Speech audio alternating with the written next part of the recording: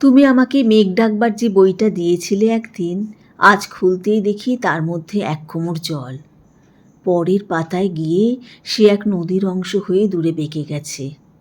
আমাকে তুমি উদ্ভিদ ভরা যে বইটা দিয়েছিলে, আজ সেখানে এক পাও এগোনো যাচ্ছে না। এত জঙ্গল, গাছগুলো এত বড় হয়েছে যে মাটিতে আলো আসতে দিচ্ছে না। তুমি আমাকে ঝর্ণা শিখবার যে বইটা দিয়েছিলে, আজ সেখানে মস্ত এক জলপ্রপাত লাফিয়ে পড়ছে সারাদিন। এমনকি তোমার দেওয়া পেজ মার্কের সাদা পালকটাও যে বইতে রেখেছিলাম, সেখানে আজ কত সব পাখি উড়ছে, বসছে, সাঁতার কাটছে। তোমার দেওয়া সব বই এখন মরুভূমি আর পর্বতমালা। সব বই আজ সূর্য, সব বই দিগন্ত।